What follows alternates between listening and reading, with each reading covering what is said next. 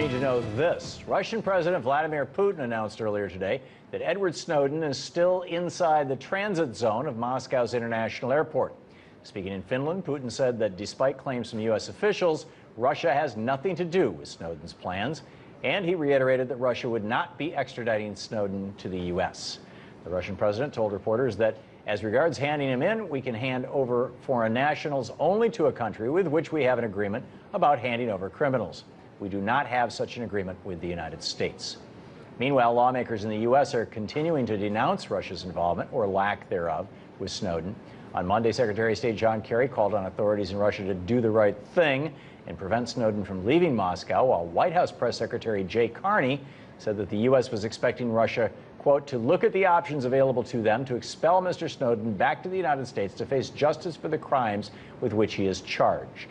Also on Monday, Ecuador's Foreign Minister Ricardo Patino told reporters that Ecuador had been in contact with Russia over Snowden's situation and that Ecuadorian officials would be reviewing a request by Snowden for asylum in that nation.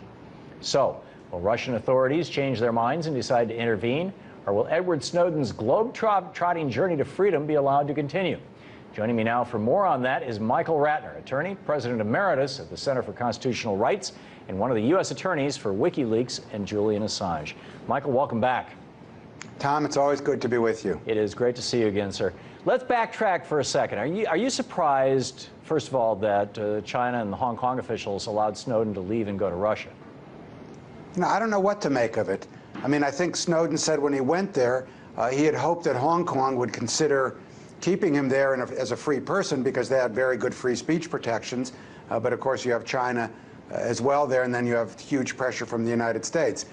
So I think the fact that they let him go freely is very important and shows that they have a significant amount of independence in the face of U.S. bullying. Yeah. So I think that was important. So it didn't really surprise me, but it might have surprised me had they let him live there freely. Yeah. In your eyes, is Snowden a criminal, a whistleblower, a leaker? And what's the distinction between these various? Well, a whistleblower to me is...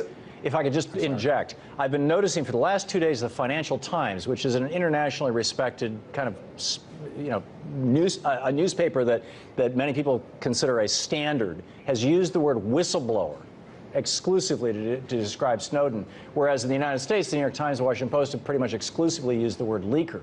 And so, back to you. Tom, I mean, that's really a fantastic observation, I have to say. I hadn't seen that.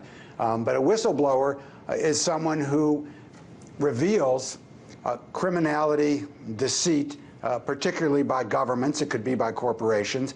And it's someone who's the revelations are looked at as really for the public good and for stopping the criminality or the deceit of the government. And so in my view, Ed Snowden is a whistleblower. I think that's clearly what he was. He gave political motives for it. He didn't take any money for doing it.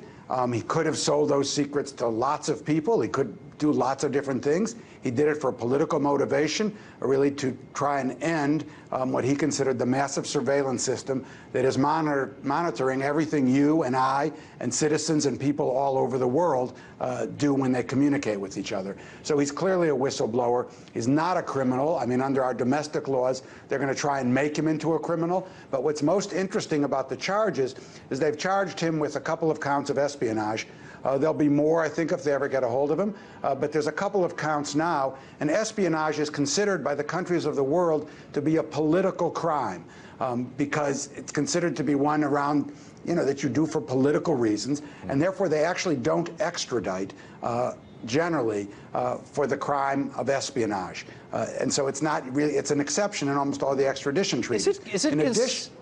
Pardon my interrupting. Is it conceivable that the Obama administration knew that and made the decision to charge him with espionage, knowing that that would be the weakest thing to get him extradited for some reason? One that comes to mind is that they wouldn't want to have to go through the whole bad Bradley Manning PR thing of actually getting him back here and having a trial that's going to hurt them on their left flank, as it were, or perhaps some other reason. I doubt that. I mean, You know, this is the 7th case in which they've charged espionage, and I consider it to be, you know, outrageous. But it seems more important for them to send a sledgehammer message to both whistleblowers as well as journalists that they will be indicted for espionage and face potentially very, very long sentences, because the Obama administration, which has now done more espionage prosecutions than all other administrations put together, in fact double, seems to hit people with sledgehammers to try and stop it. But what I think is really significant about Snowden is that even after Bradley Manning, who is currently on trial for whistleblowing with regard to what we did in Iraq and Afghanistan, even after him, even after Jeremy Hammond, who hacked into the Stratford private security firm, that you have someone like Ed Snowden still willing to come forward. And it's important to understand, as they build this massive surveillance system, that they have to hire young people who have conscience, who have some politics, who don't agree with a government that's hierarchical and tries to just control all of us from the top. And you're going to get more Ed Snowdens. Yeah, well, and apropos to that, what's really important here, Ed Snowden or what Ed Snowden had to say? There's very little conversation in the American press these days about the latter. And about what he had to say, what do you think is the most important, assuming that you think what he had to say is at least as important as what he did? Well, first, your point is completely right. I mean, the car chases they're now showing on almost all our major media, you know, O.J. Simpson's car chase, is really trying to look at the messenger and not the message.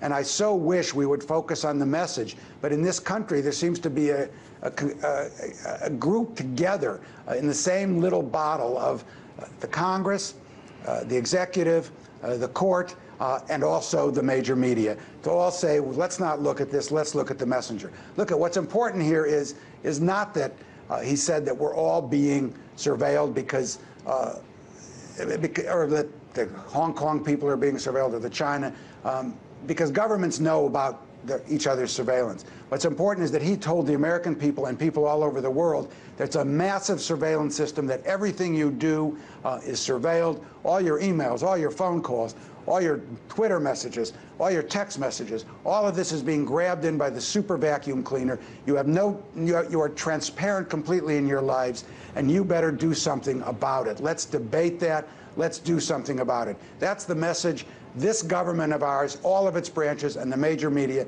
don't want to hear. And they don't want to hear that other journalists like Glenn Greenwald and you and others are actually talking about this. They just want to suppress that other opinion because they want to go on with their merry way in which the journalism in this country is tied in with the government. What is the general reaction of the world? And this isn't just China and Russia. I mean, there was an Icelandic billionaire who parked a private jet at the airport in Hong Kong saying, I'm ready to take him to Iceland if they can organize it. It was just what is the general reaction of the world, which has been not to cooperate with the United States, say about America's role as a moral force, or for that matter, a beacon of the rule of law in the world? You know, Tom, as you and I have discussed often, it was pretty much over as a moral force after Guantanamo, torture, the Iraq War. But this one really shows that it's over, because here you have this massive surveillance scheme carried out by the U.S., the U.K., even the Germans today, I think, have said something to the British. How come you're going into all our fiber optics? So you have the U.S. really looking like this stumbling bully in the world, this incompetent bully going after this one man who has told the world about what the U.S. is doing. And so the U.S. has lost any force of moral authority. It's almost, I mean, if except that it's the richest, most powerful country, is almost a laughingstock in terms of its efforts to try and get Ed Snowden. Think about it. This entire surveillance system they've set up, they couldn't stop Ed Snowden, and they couldn't even figure out what to do once he revealed the secrets, and they couldn't even figure out once he was going to leave Hong Kong what was going on. This is the system they've set up to supposedly protect us from, quote, terrorism. Well, they can't even get their own people who work for them protected. Yeah, Andy Borowitz did a satirical piece about a phony press conference held by General Alexander saying, we were so busy spying on the 300 plus a million Americans that we didn't have time to notice our own spies and that they were downloading things onto thumb drives. But, on a more serious note, what is WikiLeaks' role in all this? What role are they playing, and how much support and protection are they giving? The Center for Constitutional Rights and myself represent WikiLeaks and Julian Assange. I want to be clear, we don't represent Ed Snowden. WikiLeaks has publicly said they have given certain kinds of support to Ed Snowden. They said they've given him advice on diplomacy and legality. They've said they have someone from WikiLeaks is accompanying Ed Snowden on the plane. And they have apparently paid for his ticket out of Hong Kong, which is an interesting fact, because think about this. Here's this man, Ed Snowden. He takes risks everything. The life, as he said, that he's known for 29, 30 years now. And he doesn't even have the money to get together to get a ticket out of Hong Kong. And so when you hear all these accusations about him, you know, selling this and that, that really puts to lie that he had anything really here except an interest in disclosing this massive surveillance that is harming the rights of not just Americans, but of all human beings. And it's time really to put an end to it. Yeah, I mean, he hasn't even gone all Donald Trump and gotten a book contract yet. No, there's nothing in it for him. Michael Ratner, just a quick 10 seconds. Do you think it's possible that he actually is in someplace other than Moscow, that maybe he's stuck out of Hong Kong and he's already in Ecuador? You know, I don't know. I think anything's possible here. We don't know. I presume the next few days will reveal what happens here. I don't think anything's 100% here. You know, my hopes are that he is able to get asylum, which he is entitled to under the law, in the same way Julian Assange did. Okay. Michael Ratner, thank you so much for being with us. Good to see you again. Nice to see you, Tom.